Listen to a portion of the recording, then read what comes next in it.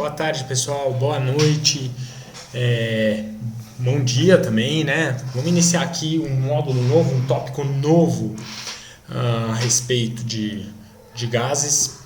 E gases são extremamente importantes, né? Por exemplo, você pega um mergulho com cilindro, que é uma atividade super importante em locais com águas marinhas quentes, né? É uma grande aplicação da física dos gases, né? Você pega um mergulhador que usa um tanque de ar comprimido para respirar embaixo d'água. Esse tanque está mais ou menos a 200 atm de pressão, mas para respirar esse ar, a pressão tem que ser modificada e tem que ser aproximadamente a pressão que está circundando o corpo do mergulhador na água. Essa pressão, só para vocês terem noção, né, ela aumenta cerca de 1 atm para cada 10 metros abaixo da superfície, né? Então, todos os resultados que a gente vai discutir são baseados numa física de gases ideais. E que gases reais não são gases ideais, mas em muitas situações eles se aproximam de gases ideais, né? E claro que muitas das propriedades que a gente discute e vai discutir aqui são propriedades fundamentadas em observações macroscópicas, né? A visão microscópica que consegue explicar as propriedades macroscópicas do gás, né, é o que a gente chama de teoria cinética dos gases. Às vezes eu vou falar aqui nesse vídeo de algumas propriedades microscópicas do gás, mas o nosso foco é principalmente falar das leis empíricas históricas desde o século XVII que foram determinadas e que nos ajudam atualmente a caracterizar e modelar um gás. Na questão de termofísica, isso daí é fundamental, porque ajudou muito a determinar a teoria que a gente conhece a respeito dos gases, né? Então, quando a gente pensa em propriedades macroscópicas, são 4 que são fundamentais. Você sabe quais são essas 4? O gás, antes de mais nada, a definição de gás, o que é um gás, né? O gás é uma substância que, quando colocada em um recipiente, né, ela vai se expandir para preencher o recipiente, ela vai se difundir para preencher aquele recipiente, né? E ela é capaz também de se deformar, de se contrair, né? E ela é formada microscopicamente, que a gente vai usar genericamente, por moléculas. Às vezes é átomo, às vezes é uma molécula mais complexa, mas a gente aqui vai falar de molécula de gás de uma forma genérica, tá?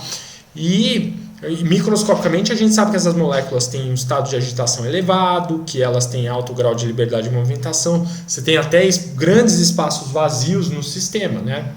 Mas focando aqui, voltando nas propriedades macroscópicas, são 4, e uma a gente já acabou de caracterizar, que é o volume do recipiente, a capacidade da substância em ocupar o recipiente, o volume dela e a forma desse recipiente.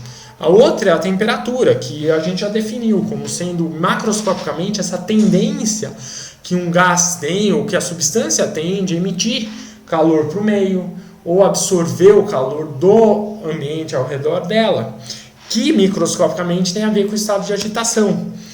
A outra tem a ver com a intensidade da colisão dessas moléculas do gás nas paredes do recipiente, ou simplesmente a força por unidade de área exercida por essas moléculas na parede do recipiente, né? E é bom lembrar que quando a gente fala de CNTP no gás, condição normal de temperatura e pressão, é falar que o gás está submetido a uma pressão, ele exerce uma pressão de uma atmosfera e ele está lá com uma temperatura de 273 Kelvin ou 0 graus Celsius. E o quarto componente fundamental é o número de moléculas do sistema, o número de mols de moléculas do gás, que está associado com a constante de Avogadro, com o número de Avogadro 6 vezes 10 a 23, né?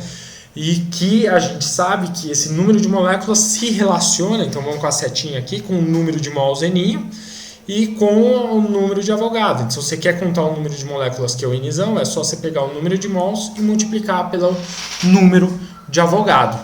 Muito bom. E quando você pensa nessas leis empíricas, né, do gás, que são basicamente 4 leis empíricas, é como essas grandezas macroscópicas se relacionam, né, como elas se relacionam.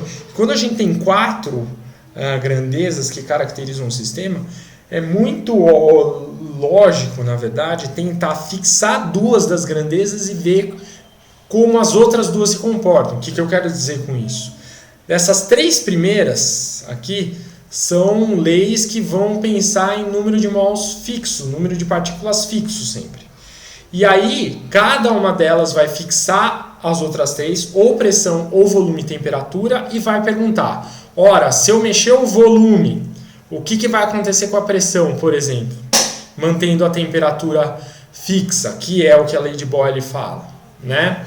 Então a gente vai explorar sempre isso, fixa 2 e ver o que acontece com as outras 2. Mexe com uma e vê a consequência na outra, certo? E a gente vai começar com a lei de Boyle, lei do século XVII, confirmada em 1676 pelo Marriott aqui, que é a transformação isotérmica. Aqui um exemplo típico é a respiração humana, né? Que é basicamente quando você inspira, o diafragma vai se expandir, você tem a expansão, essa expansão vai produzir um volume maior na caixa torácica, né? Volume maior, a pressão do ar nos seus pulmões vai reduzir em relação à pressão atmosférica do ar ao seu redor, e a pressão maior fora do corpo vai forçar o ar para dentro dos pulmões para equalizar a pressão. Tá? A mesma coisa na inspiração. Inspiração, de diafragma contrai, você tem uma redução do volume da caixa torácica, e a redução do volume vai produzir uma pressão maior que vai forçar o ar para fora dos pulmões. Então vamos descrever essa coisa de uma forma mais tranquila aqui. Então a gente já falou aqui da nossa temperatura constante, número de mols também constante aqui, certo? E a gente percebe a seguinte coisa, se a gente pega aqui um recipiente, imagina um recipiente que tem um êmbolo, né? Tem um êmbolo aqui. Se você empurra esse êmbolo, né, você vai reduzir o volume. As moléculas, imagina você ficando mais espremido, ou vocês mais espremidos aqui num volume menor. Vocês vão bater mais frequentemente nas paredes, então a pressão do sistema vai aumentar. Essas 2 grandezas são inversamente proporcionais, então eu posso escrever que o produto delas é sempre uma constante, tá? Ou seja, de forma estado inicial, o produto aqui de PV no estado inicial é igual ao produto de PV no estado final. Uma coisa importante nisso daqui é o gráfico, né? Então você pega aqui o P no eixo X, no eixo Y, e o V no eixo X, a gente tem aqui que uma hipérbole descreve isso. Então você tem pressão alta em volume baixo. Pressão vai diminuindo, o volume vai aumentando aqui, ó. Desculpa, diferentemente do meu desenho, nossa, apaguei o gráfico total aqui, nossa, foi terrível, destruí esse gráfico. Então vamos fazer o gráfico bonitinho de novo. Então vamos lá, um gráfico aqui, o eixo aqui pressão, volume aqui, tá mais ou menos. Sempre brinco, para você não sentir saudade da minha lousa, aí vai, e isso daqui. Então, a nossa isoterma aqui. Perfeito? Muito bem. Então, vou voltar lá para o meu slide. A segunda lei empírica importante é a lei de Charles, que também é uma lei que é o que a gente chama de transformação isobárica, pressão constante, que o Charles é um daqueles caras que foi pioneiro no balonismo de alta altitude. E essa lei isobárica é uma lei muito importante também, pressão constante, número de mols do gás também constante, certo? E dessa transformação isobárica, a gente sabe que é o seguinte, é aquela coisa de você aumentar o volume de um balão, você imagina aqueles balões lindos, né, que são usados para fazer o balonismo, você pega aqui, você aumenta a temperatura do sistema, né, o balão está com um volume pequenininho, e aí você vai aumentando a temperatura do sistema, o volume do sistema vai o quê? O balão vai enchendo. E essas duas grandezas são diretamente proporcionais. Então a gente pode escrever assim, ó, VI/TI é igual a quê? VF/TF sobre TF. Grandezas diretamente proporcionais. A razão das duas é uma constante. Então você vai fazer um gráficozinho das duas. É uma retinha aqui passando pela origem aqui, né? Pensando aqui no eixo YP e aqui no eixo XUT. Importante dizer que a temperatura tem que ser dada em Kelvin, né? Lei aqui na transformação isobárica que a gente tem, tá? Em Kelvin, certo? Então é muito importante que você lembre disso. A terceira lei empírica que a gente tem é a lei de Gay-Lussac, do século XIX, balonista também, transformação isovolumétrica. Então, é aquela coisa de você pensar, ou isocórica, a coisa de você pensar um sistema com volume aqui constante, número de mols constante. Então, é aquela coisa, você pensa numa latinha de refrigerante com volume fixo, você vai aumentando a temperatura, o estado de agitação interna das moléculas do gás, as moléculas vão colidindo mais fortemente com a parede do recipiente, a pressão vai aumentando. Então, essas duas grandezas PI e TI até explodir às vezes a latinha, né? Bem, PF e TF aqui, ó. A razão das duas grandezas, de novo a temperatura em Kelvin, não posso esquecer, até interrompi minha fala. E a razão das duas é constante, né? Da pressão e da temperatura. E o gráfico, muito semelhante ao de cima, né? Muito semelhante ao de cima. Você vai fazer um gráfico P por T, uma retinha aqui, bacana, passando pela origem aqui do sistema, que é o que a gente tem de característica da transformação isovolumétrica, a lei de Gay-Lussac. A gente pode pegar essas três leis, né, e fazer o que a gente chama de lei geral dos gases, que só funciona quando o número de mols do sistema fica constante. E nessa lei geral dos gases, a gente bota todas essas três transformações embutidas aqui.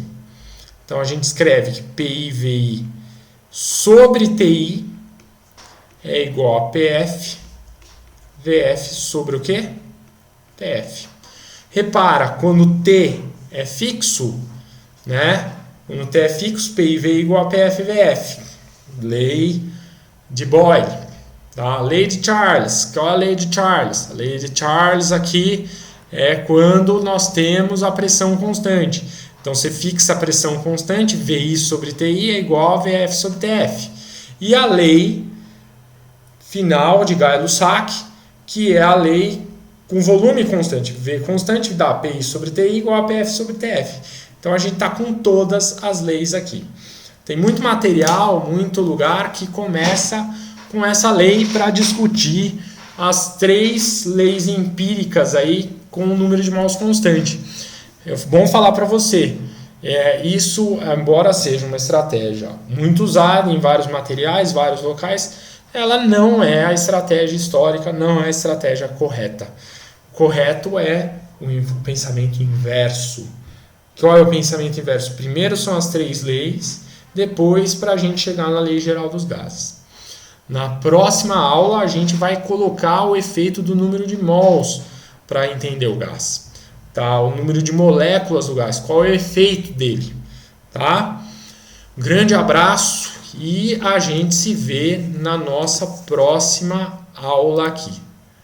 Abração!